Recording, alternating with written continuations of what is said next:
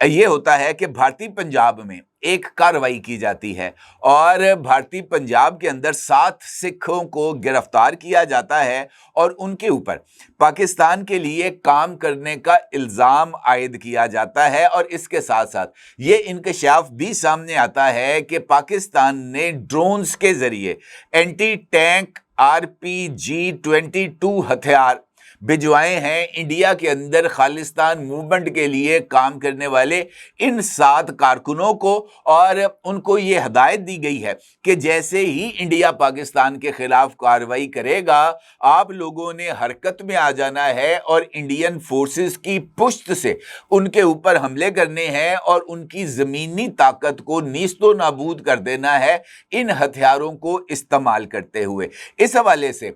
جو Indian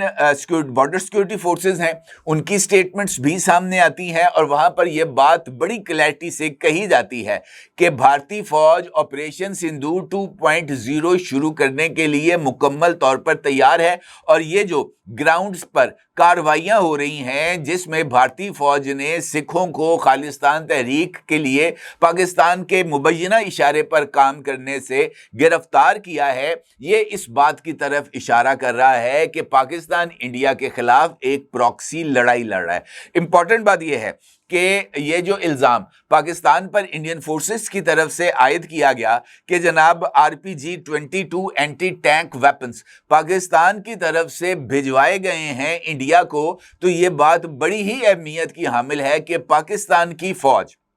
RPG-22 anti tank weapons استعمال ہی نہیں کرتی۔ پاکستانی فوج کے پاس یہ والے ہتھیار موجود ہی نہیں ہیں، اور امپورٹنٹ بات یہ ہے کہ ٹینک شکن یہ ہتھیار RPG-22 انڈین فوج ہی استعمال کرتی ہے، اور ماضی میں یہ جو کارگل وار میں یہ والے ہتھیار پاکستان کے خلاف خود انڈین فوج نے استعمال کیے ہیں، اور یہ ڈاکومنٹڈ ایویڈنس ہے۔ یہ ایویڈنس ایسے نہیں ہے کہ میں ہوا میں آپ کے ساتھ بات کروں کہ پاکستان یہ ہتھیار استعمال ہی نہیں کرتا۔ اگر آپ انڈین یہ جو ان کی فورسز کا ایک انہوں نے بنایا ہوا ہے DDR کر کے کچھ اس طرح کا انہوں نے ڈپارٹمنٹ بنایا ہوا ہے، اگر آپ ان کی سائٹ پہ جائیں گے تو انڈین ملٹری انوینٹری کو اگر آپ دیکھیں گے تو وہاں پر آپ کو RPG-22 anti tank weapons in کی انوینٹری لسٹ میں نظر آئیں گے۔ تو یہ محض الزام تھا جو اس بات کو ایک چارٹ شیٹ کے طور پر ڈیولپ کرنے کی کوشش تھی کہ جناب پاکستان انڈیا کے اندر پراکسی وار میں اضافہ کر، اور اسی دوران اگر آپ کو یاد ہو لداخ میں بھی کاروائی کی گئی تھی، اور وہاں سے جو بھارت کی آرٹیکل 370 کی اسکریپنگ کے بعد جو وعدے کیے گئے تھے اس کے خلاف ماس موومنٹ کی گئی تھی، اور وہاں سے وہ ونسک وانگڑو وہ جو ہے اس کو گرفتار کیا گیا تھا، اور اس کے اوپر بھی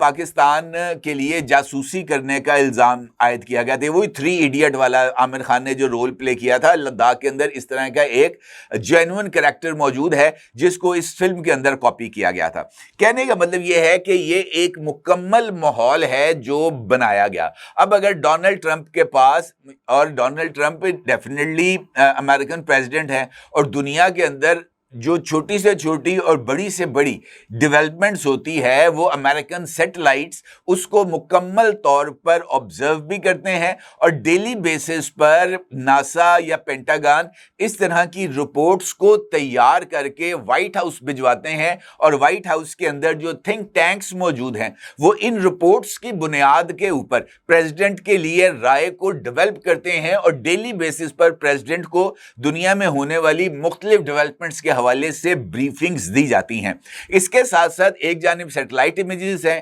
اس کے ساتھ انٹیلیجنس انفارمیشن ہے، اور سب سے امپورٹنٹ جو رائے قائم کرنے کا ذریعہ ہے وہ ڈپلومیٹک مشنز سے آنے والی سیکرٹ اور کوڈڈ سائفرز ہوتے ہیں، جن کی بنیاد کے اوپر جو رائے ہے حتمی طور پر وہ ڈیولپ کی جاتی ہے۔ تو اس کا مطلب یہ ہے کہ اگر ڈونلڈ ٹرمپ نے یہ بات کی ہے کہ میں نے بھارتی وزیر اعظم سے کہا ہے کہ پاکستان کے ساتھ جنگ نہیں ہونی چاہیے، تو اس کا مطلب یہ ہے کہ امریکن پریزیڈنٹ کے پاس ایسی کریڈیبل انفارمیشنز موجود تھیں جس کی بنیاد کے اوپر انہوں نے نہ صرف اس رائے کو ڈیولپ کیا، اس رائے کی بنیاد کے اوپر انہوں نے Indian prime minister Narendra Modi سے رابطہ کیا اور اس کو آگاہ کیا امریکن انٹینشنز سے کہ پاکستان کے خلاف جنگ نہیں ہونی چاہیے۔ یہ تصویر کا ایک رخ ہے۔ دوسرا رخ ہے Pakistani army chief field marshal Syed Asim Munir کا کل خطاب، جس میں فیلڈ مارشل سید عاصم منیر نے جی ایچ کیو میں 17th نیشنل ورکشاپ بلوچستان کے شرکاء سے ملاقات کی تھی اور وہاں پر خطاب کیا تھا، اور وہاں پر شرکاء کے ساتھ سوال و جواب کا ایک سیشن ہوا تھا۔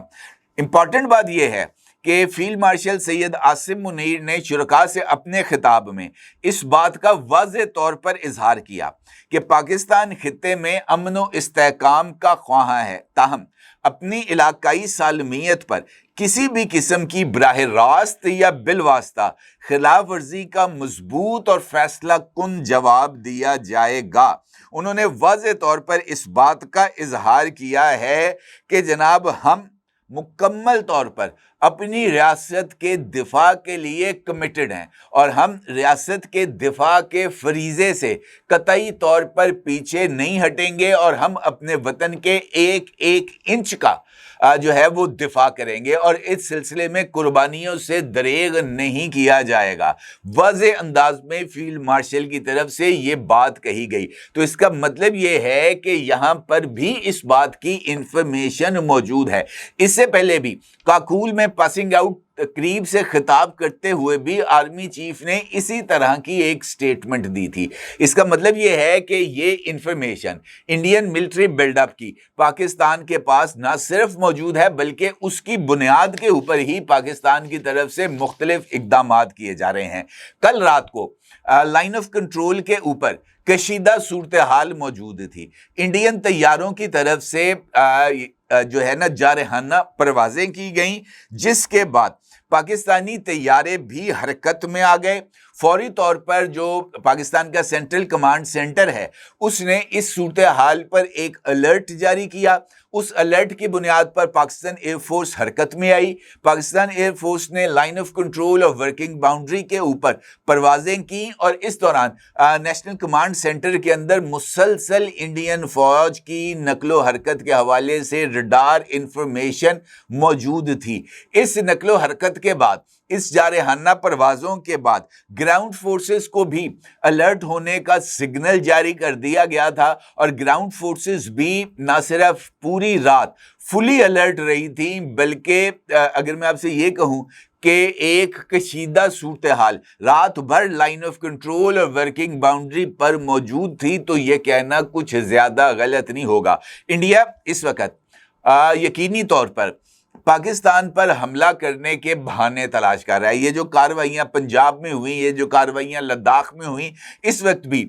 کشمیر کے اندر بھی سرچ آپریشنز جاری ہیں، اور متعدد کشمیریوں کو پاکستان کے لیے جاسوسی کے الزام میں گرفتار کیا جا چکا ہے۔ گزشتہ 48 گھنٹوں میں 120 افراد کو پاکستان کے لیے جاسوسی کے الزام میں یا بھارتی فوج پر حملے کرنے کی کوششوں کے الزام میں گرفتار کیا جا چکا ہے۔ تو یہ بنیادی طور پر پلیٹ فارمز کو سیٹ کیا جا رہا ہے ایک فالس فلیگ نیریٹو کی بنیاد پر، تاکہ پاکستان پر حملہ کرنے کا جواز بنایا جا سکے۔ اور یہی وجہ ہے کہ ڈونلڈ ٹرمپ کی طرف سے انڈیا کو تنبیہ جاری کی گئی ہے، اور پاکستان کی طرف سے واشگاف الفاظ میں یہ بات انڈیا کے سامنے رکھ دی گئی ہے کہ کسی بھی براہ راست یا بالواسطہ خلاف ورزی کا مضبوط اور فیصلہ کن جواب دیا جائے گا۔ انڈیا اور پاکستان کے درمیان سچویشن ٹینس ہے، کسی کو اس بارے میں ابہام نہیں رہنا چاہیے، اور انڈیا جس طرح آپریشن سندور 2.0 شروع کرنے کے لیے اتاولا بلکہ باولا ہو چکا ہے، تو پھر اس کے لیے پاکستان کے پاس جوابی اقدامات کرنے کے علاوہ کوئی راستہ نہیں ہے۔ ڈونلڈ ٹرمپ کی تنبیہ اس سارے معاملے پر سب سے زیادہ اہمیت کی حامل لگتی ہے کیونکہ اس کے پاس ڈیفینیٹلی کریڈیبل انفارمیشن تھی اور اسی بنیاد پر اس کی طرف سے یہ تنبیہ جاری کی گئی۔ دیکھنا یہ ہے کہ اس تنبیہ کا جو کہ ڈونلڈ ٹرمپ کی طرف سے نریندر مودی کو دی گئی ہے، انڈیا اس تنبیہ کے اوپر عمل درآمد کرتے ہوئے ڈی ایسکیلیشن کرے گا یا ایسکیلیشن کو بڑھاتے ہوئے فالس فلیگ کے جو نیریٹیوز کو ڈیولپ کرنے کی کوشش کی گئی ہے وہ فالس فلیگ نیریٹیوز کو مزید ڈیولپ کر کے ایک اور حملہ کیا جائے گا۔ اس کا جواب اب کچھ زیادہ دور نہیں اور دیکھنا یہ ہے کہ کب تک یہ حقیقی صورتحال ہمارے سامنے آتی ہے۔ اپنی رائے کا ضرور اظہار کیجیے گا۔ آپ کو بہت شکریہ۔ اللہ حافظ۔ کیا آپ ایک بزنس اونر ہیں اور چاہتے ہیں کہ آپ کا برانڈ زیادہ سے زیادہ لوگوں تک پہنچے؟ ہمارے پاس ہے آپ کے لیے ایک بہترین موقع۔ ہمارے یوٹیوب چینل پر روزانہ ہزاروں لوگ ویڈیوز دیکھتے ہیں۔ یہ وہی لوگ ہیں جو باخبر، باشعور اور فیصلہ کرنے والے ہیں۔ اب آپ اپنے بزنس کو براہ راست ہمارے یوٹیوب چینل پر پروموٹ کر سکتے ہیں۔ پروڈکٹ پلیسمنٹ اور اسپانسرڈ سیگمنٹس کے ذریعے آپ اپنے برانڈ کو لاکھوں پوٹینشیل کسٹمرز تک پہنچا سکتے ہیں۔ تو دیر کس بات کی؟ آج ہی اپنے بزنس کو نئے لیول پر لے جائیں۔ For more information, call us 923338122280.